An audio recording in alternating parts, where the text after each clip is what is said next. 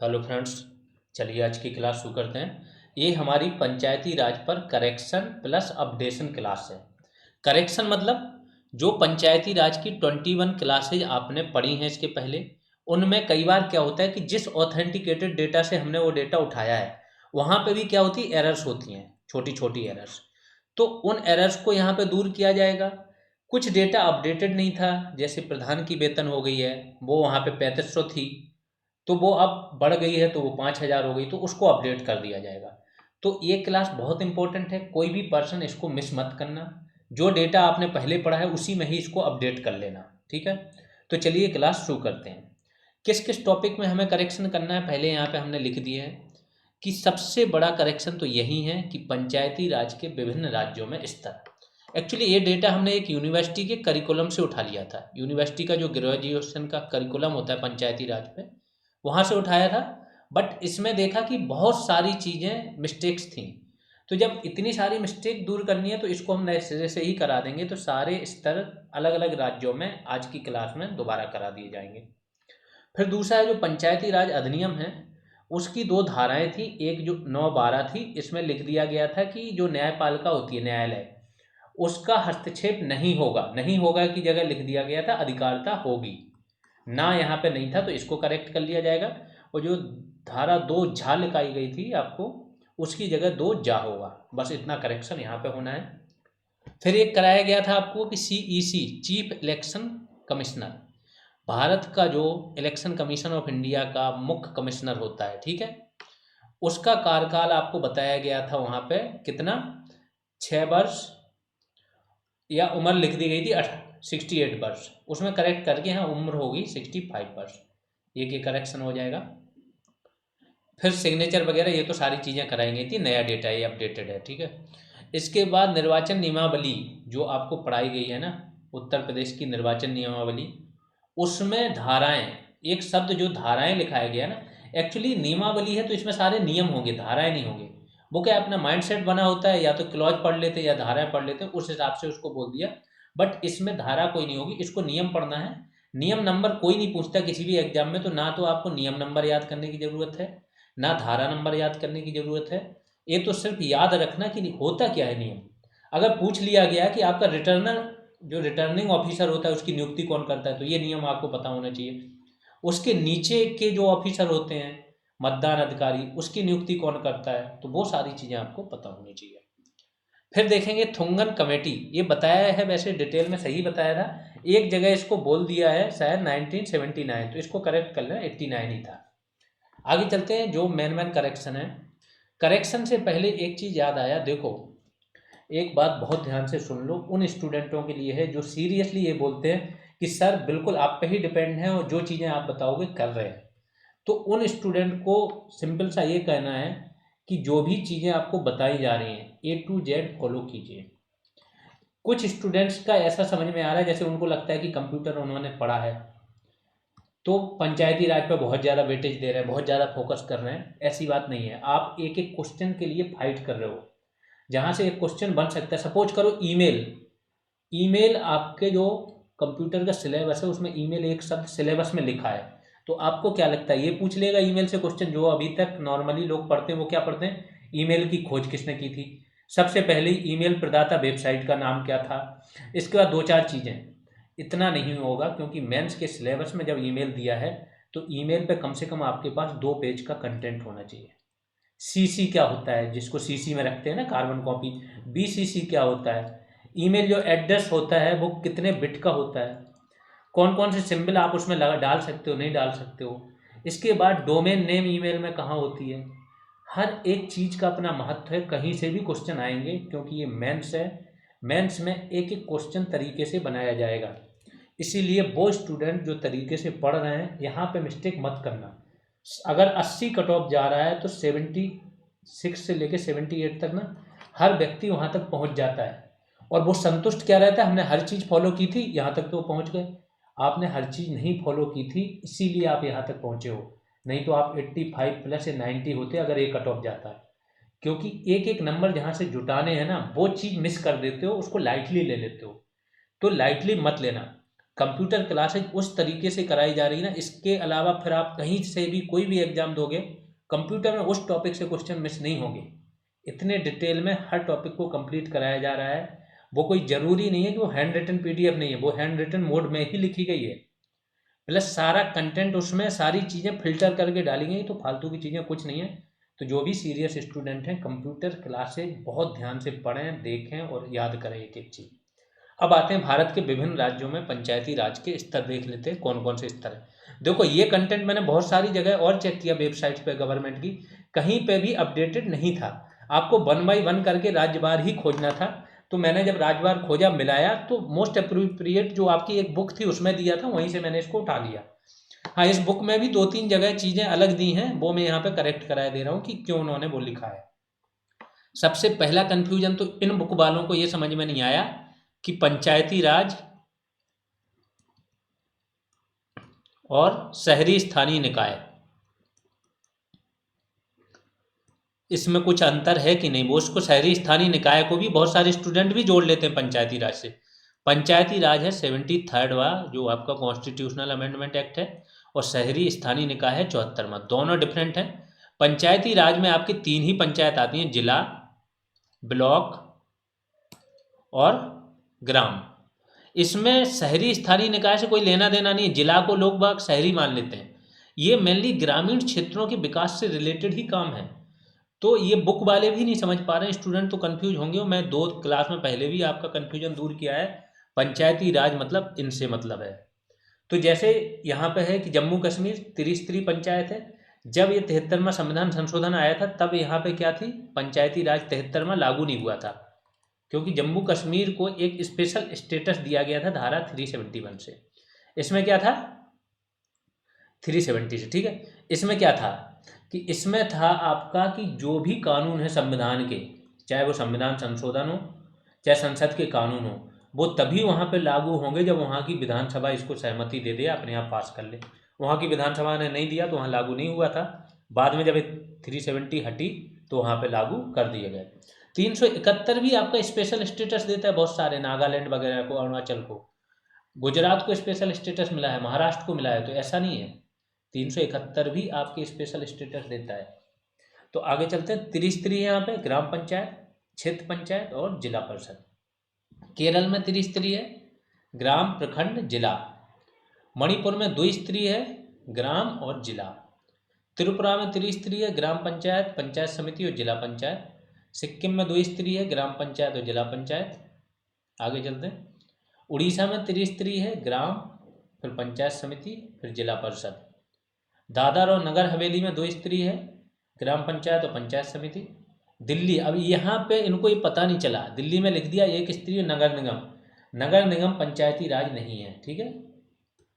दिल्ली चूंकि पूरा शहरी क्षेत्र है, तो यहाँ शहरी स्थानीय निकाय तो है, नगर निगम वगैरह हैं, बट पंचायती राज नहीं है, तो दिल्ली में पंचायती राज लागू नहीं है, ये ध्यान रखना। पौंडीचेरी में द्विस्तरीय है, ग्राम पंचायत और पंचायत समिति। असम में त्रिस्तरीय है, गोवन पंचायत, आंचलिक पंचायत और जिला परिषद। कभी कभी ये नाम पूछ लेते हैं जो अलग से हैं, तो उन नामों को जहाँ पे अलग हैं उनको थोड़ा सा एक बार रिवाइज कर लेना अलग से। कर्नाटक में त्रिस्तरीय है, ग्राम पंचायत, तालुका पंचायत और जिला पंचायत। हरियाणा में त्रिस्तरीय है, ग्राम पंचायत, पंचायत समिति और जिला परिषद। MP में त्रिस्तरीय है, ग्राम पंचायत, प्रखंड पंचायत, जिला पंचायत। छत्तीसगढ़ में त्रिस्तरीय है, ग्राम पंचायत, जनपद पंचायत और जिला पंचायत। बिहार में त्रिस्तरीय है, ग्राम पंचायत, पंचायत समिति, जिला परिषद। राजस्थान में भी त्रिस्तरीय है, ग्राम पंचायत, पंचायत समिति, जिला परिषद। यूपी में त्रिस्तरीय है तो पता ही है। इसके बाद हिमाचल प्रदेश में ग्राम पंचायत, पंचायत समिति और जिला परिषद। पंजाब में भी त्रिस्तरीय है, ग्राम पंचायत, पंचायत समिति, जिला परिषद। उत्तराखंड में त्रिस्तरीय है, ग्राम पंचायत, पंचायत समिति और जिला परिषद। झारखंड में त्रिस्तरीय, अधिकतर जगह जिनकी जनसंख्या अच्छी खासी है, 20 लाख के ऊपर है, वहाँ त्रिस्तरीय मिलेंगी। एक पश्चिम बंगाल अब्बाद है, वहाँ पे 4 स्तरीय पंचायत है, ठीक है। तो झारखंड में ग्राम पंचायत, पंचायत समिति, जिला परिषद। महाराष्ट्र में ग्राम पंचायत, पंचायत समिति, जिला परिषद। आंध्र प्रदेश में ग्राम पंचायत, पंचायत समिति, जिला परिषद। तमिलनाडु में ग्राम पंचायत, पंचायत समिति, जिला परिषद। गुजरात में ग्राम पंचायत, पंचायत समिति, जिला परिषद। पश्चिम बंगाल में क्या है, ग्राम पंचायत, अंचल पंचायत, आंचलिक परिषद, जिला परिषद। यहाँ पे इन्होंने इस बुक में ये भी लिख दिया गया था कि जो आपका मेघालय, मिजोरम और नागालैंड, यहाँ पे ये नहीं लिखा था, यहाँ पे लिखा था एक स्त्री, और उसको क्या कर दिया था, स्वायत्त परिषद। तो वो पंचायत नहीं है, ठीक है। पंचायत जो 73वां कॉन्स्टिट्यूशनल अमेंडमेंट एक्ट है वो लागू ही नहीं हुआ इन तीनों में।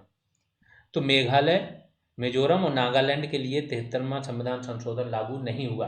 जो वैल्यू एडिशन क्लास आप लोगों को प्रोवाइड कराई गई थी पेड बैच वालों को, सेकंड वाली, उसमें बहुत डिटेल में ये मैंने कराया कि अधिनियम जो 73वां संविधान संशोधन है उसी में ये लिखा है कि यह जो आपके 244 खंड 1 और खंड 2 के तहत जो क्षेत्र है, इसमें 5वीं अनुसूची के थे और इसमें 6ठी अनुसूची है, इसमें लागू नहीं होगा। तो 5वीं अनुसूची के क्षेत्रों में तो बाद में जो पेशा एक्ट आया आपका 1996, इसके द्वारा लागू कर दिया गया। 6ठी अनुसूची के क्षेत्र उस टाइम पे इन 3 राज्यों में थे, इसलिए यहाँ पे लागू नहीं था, क्योंकि ये राज्य 6ठी अनुसूची के भाग थे। इसी में ही एक और लिखा है 73वें संविधान संशोधन में कि दिल्ली में लागू नहीं होगा क्योंकि शहरी क्षेत्र है सारा। जम्मू कश्मीर में भी लागू नहीं था पहले, जैसा मैंने बोला, क्योंकि वहाँ की विधानसभा ने इसे पारित नहीं किया था। आगे चलते हैं। संघ शासित प्रदेशों में से यह दिल्ली पर लागू नहीं है क्योंकि इसमें केवल शहरी क्षेत्र शामिल है दिल्ली में। अब आते हैं यूपी पंचायती राज अधिनियम 1947 की धाराएं देख लेते हैं जिनमें संशोधन है। तो जो मैंने बताया धारा 2 झा लिखाई गई है आपको, 2 झा नहीं है वो 2 जा है। और क्या बोलती है धारा, ग्राम पंचायत का तात्पर्य धारा 12 के अधीन संगठित ग्राम पंचायत से है। फिर धारा 9-12 है, उसमें यहाँ पे ना छोड़ दिया गया, अधिकारिता होगी कर दिया, ना कर लेना है आपको, ठीक है। किसी सिविल न्यायालय को निम्नलिखित की अधिकारिता नहीं होगी, किस किस चीज की, कि इस प्रश्न को ग्रहण करना या उस पर निर्णय देना, मतलब मुकदमा ही आप ग्रहण नहीं कर सकते, निर्णय तो बात की बात है, कि कोई व्यक्ति किसी प्रादेशिक निर्वाचन क्षेत्र की निर्वाचक नामावली में रजिस्ट्रीकरण के लिए हकदार है या नहीं है। किसी व्यक्ति को अगर आपको प्रादेशिक निर्वाचन क्षेत्र है जो उसमें निर्वाचन के लिए हकदार है नहीं है, वो न्यायालय नहीं जा सकता है। ये सारा काम कौन, निर्वाचन अधिकारी या जो निर्वाचन आयुक्त है वो करेंगे, ठीक है। निर्वाचक नामावली के तैयार करने, दूसरा है इसी में जिसकी अधिकारिता नहीं होगी, निर्वाचक नामावली के तैयार करने और प्रकाशन के संबंध में राज्य निर्वाचन आयोग द्वारा या उसके प्राधिकार के अधीन की गई किसी कार्यवाही, इस निमित्त नियुक्त किए गए किसी प्राधिकारी या अधिकारी द्वारा किए गए किसी विनिश्चय की वैधता पर आपत्ति करना। उसी का आगे का पार्ट है ये, कि जो निर्वाचक नामावली तैयार की गई उसमें कोई भी कार्यवाही ये लोग करें, इस प्रश्न को आप नहीं ग्रहण कर सकते हो या इस पर आपत्ति नहीं कर सकते हो। तो जो निर्वाचक नामावली है पूरी तरह से जो चुनाव है, इलेक्शन कमीशन है, उस पर छोड़ दिया गया। अगला करेक्शन है सीईसी का कार्यकाल कितना होगा, 6 वर्ष या 65 साल, इसको करेक्ट कर लेना। प्रधान का वेतन जो है वहाँ पे 3500 कराया गया था, लेकिन अपडेटेड जैसा स्टूडेंटों ने बताया 5000 रुपये, तो 5000 कर लीजिए। संवैधानिक मान्यता की सिफारिश, ये तो बताया था मैंने, 2 जगह था, एक अशोक मेहता कमेटी ने भी ये की थी। अशोक मेहता कमेटी तो एक्चुअली इसके लिए बिल भी लेके आई थी संविधान संशोधन के लिए, ठीक है। लेकिन ये चीज़ क्या है कि इनकी ये किसने बनाई थी, जनता पार्टी की सरकार ने, जनता पार्टी की सरकार ने बनाई, और जैसे ही इसकी सिफारिशें मानी जाती उसके पहले ये सरकार क्या हो गई, ढह गई। जब ये चली गई तो इनकी किसी ने सिफारिशें उठाई ही नहीं, इस पर कोई काम नहीं हुआ, ना कोई बात हुई, इसीलिए इसको नहीं मानते। आयोग किसे मानता है, LM सिंघवी को, क्योंकि LM सिंघवी ने भी बोला था कि अलग से एक अध्याय जोड़ा जाए और फिर इसको संवैधानिक मान्यता दी जाए। ये सारी चीज़ें आपकी लास्ट वैल्यू एडिशन क्लास जो 2 आई थी बहुत डिटेल में कराई गई हैं। तो जो आयोग मान रहा है वही आपको मानना है। संवैधानिक मान्यता की सिफारिश किसने की थी, LM सिंघवी समिति ने। आगे चलते हैं। 73वां संविधान संशोधन अधिनियम है, उस पर राष्ट्रपति के हस्ताक्षर कब हुए थे, 20 अप्रैल 1993 को हुए थे, और ये लागू कब से हुआ था, 24 अप्रैल 1993 से। ये सारी चीज़ें पहले भी पढ़ाई गई हैं। पंचायती राज दिवस इसी टाइम पे मनाया जाता है, 24 अप्रैल को ही मनाया जाता है, इसी वजह से मनाया जाता है। तो ये साइन वाला देख लें, ये डेट अगर वहाँ ना दी हो तो इसको अपडेट कर लेना। यूपी की जो निर्वाचन नियमावली है उसमें सभी नियम है, धाराएं नहीं है, तो उसको जो धारा लिखाई गई है निर्वाचन नियमावली में, धाराएं शब्द को आप रिप्लेस कर लेना नियम से, बस इतना कर लेना। दूसरी चीज, कुछ स्टूडेंट कंफ्यूज हो रहे हैं उसमें नियम। एक्चुअली जो वैल्यू एडिशन क्लास फर्स्ट थी उसमें मैक्सिमम कंटेंट जो था, जो पंचायती राज की जो सचिव, जो पंचायत सचिव होता है ना, उसके ट्रेनिंग के लिए एक बुकलेट जारी होती है, उस बुकलेट से कराया गया था, तो हमने सोचा कुछ एक्स्ट्रा आप लोग को दे दें। अब यहाँ पे हो गया क्या कि मोर नॉलेज मोर कन्फ्यूजन।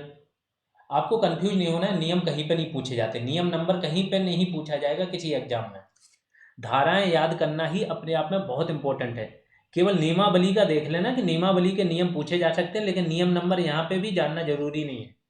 यहाँ तो नियम की कोई ज़रूरत ही नहीं है, तो उसमें कंफ्यूज मत हो। जो नियम लिखा है उसको इग्नोर करो। कई बार जो अधिनियम होता है ना, उसकी संख्या भी होती है, वो भी लिख देते हैं, वो भी याद करने की जरूरत नहीं। अधिनियम का सन याद होना चाहिए, किस सन में है, और नाम याद होना चाहिए। तो नियम और ये अधिनियम संख्या, ये सब चीज़ें इंपॉर्टेंट नहीं है, वो तो आ जाती है तो लिख देते हैं कि चलो एक्स्ट्रा जानकारी है। फिर थोंगन कमेटी कब बनी? 1989 में बनी। इसको अपडेट कर लेना अगर कहीं पे एरर हो। कुछ अन्य समितियां जो नहीं कराई थी वो देख लो। तो हनुमंत राव कमेटी 1983 में बनी थी। जीवी के राव तो कराई थी आपको 1985। एल.एम. सिंघवी कराई थी 1986। पी.के. थुंगन कराई थी 1989। हरलाल सिंह खर्रा कमेटी 1990 में बनी थी, ये भी पंचायती राज से रिलेटेड थी। इसको अपडेट कर लेना। ये सारा अपडेशन हो गया है, आज की क्लास में इतना ही था। अच्छा, कुछ स्टूडेंट्स को, और भी जो स्टूडेंट बराबर पढ़ते रहते हैं तो उनके सामने आती रहती है। ये बड़ी बेसिक चीज़ है, लिखते टाइम भी कभी कभी ध्यान भटक गया, जैसे दो झा को दो झा कर दिया। ये बड़ा ही नॉर्मल सी है, ये एरर होती है, 1%, 0.5% तक एरर हो जाती है समटाइम्स। तो इसको क्या करना है कि स्टूडेंट के सामने आता है, आप इसको लिखते रहो, एक पेज पे लिखते रहो। जब मांगा जाए, खासतौर से पेड बैच वाले ग्रुप में आप शेयर कर दिया करो। ग्रुप में जब शेयर हो जाए तो ऐसे ही 15-20 क्लास, अब तो लास्ट जब कंप्लीट हो जाएगा तो एक बार और देखेंगे कहीं ज़रूरत है करेक्शन की, तो वो आपको करा दिया जाएगा। ठीक है, बाकी सभी लोग प्रैक्टिस करते रहो। 17 को आपका टॉपिक नंबर 6 का MCQs शुरू होंगे वहाँ से, और फिर से MCQs उसी स्पीड से आगे बढ़ेंगे। प्लस कोर्स आपका बहुत तीव्र गति से फिनिश हो रहा है, ये ध्यान रखना। कंप्यूटर 5 क्लासेज आ चुकी हैं, 6ठी क्लास आपकी कल आएगी, इसके बाद 7वीं क्लास आएगी नेक्स्ट, फिर 1 या 2 क्लासेज और होंगी। इसके बाद कंप्यूटर का केवल करंट वाली क्लासेज हैं, जो न्यू टेक्नोलॉजी, IoT हो गया, artificial intelligence, deep learning, machine learning, या जो वित्तीय उपकरण हैं, वो सब चीज़ें आपकी करानी बाकी होंगी। बाकी कंप्यूटर आपकी 2, 6वीं 7वीं, इसके बाद 2 क्लास और कंप्यूटर आपका कवर हो जाएगा। ठीक है, बाकी पेड बैच के बारे में जानकारी है, जिस भी पर्सन को पेड बैच ज्वाइन करना है, पेड बैच के लिए आपके हर वीडियो को जैसे ही आप ओपन करोगे, कमेंट सेक्शन में एक कमेंट रहता है, वहाँ से जानकारी मिल जाएगी। GS रिवॉल्यूशन आप टेलीग्राम पे सर्च करोगे तो मिल जाएगा, ऐप प्ले स्टोर पे सर्च करोगे तो GS रिवॉल्यूशन का ऐप मिल जाएगा। कोई क्वेरी है तो 8586982085 इस नंबर पे आप कॉल कर सकते हो। अभी के लिए इतना ही, धन्यवाद।